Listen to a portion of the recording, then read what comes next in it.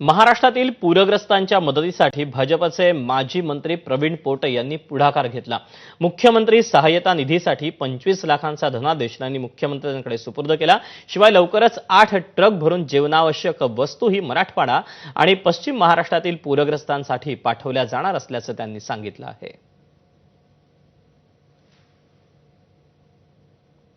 आपल्यासोबत प्रवीण पोटे पाटील स्वतः आहे। काय सांगाल, खूप परिस्थिती गंभीर आहे मराठवाड्यामध्ये जे पूर आल्यामुळे आता काय तुम्ही नियोजन केलं आणि किती लाख रुपये तुम्ही दिले? आज सध्याची परिस्थिती जर महाराष्ट्रात पाहिला तर अत्यंत दैनंदिन परिस्थिती शेतकऱ्यांची झालेली आहे।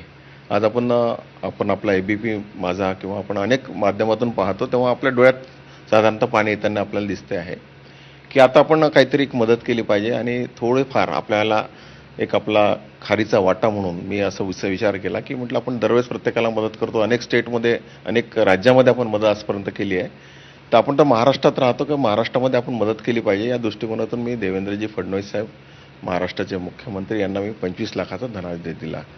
पण मी धनादेश देऊनच थांबलो नाही, तर मला असं मी ठरवलं की सगळ्या लोकांना फार गरज आहे। काही लोकांची घरं डुबली आहेत, काही लोकांची घरं पडली आहेत, त्याच्याकडे काही आज सध्या व्यवस्था नाही, समोर दिवाळी तोंडावरती आहे, तर त्यांना आपल्याला उपयोगाच्या वस्तू काय देता येईल, त्यांना धान्य देता येईल, त्यांना अंगावर घ्यायसाठी कपडे घेता येईल किंवा ब्लँकेट्स आहे, असे साधारणतः मी मोठ्या प्रमाणामध्ये एक 8 ट्रक साधारणतः त्या जिल्ह्यामध्ये मी पाठवण्याची व्यवस्था करतो आहे आणि त्याची सुरुवात सुद्धा झालेली आहे।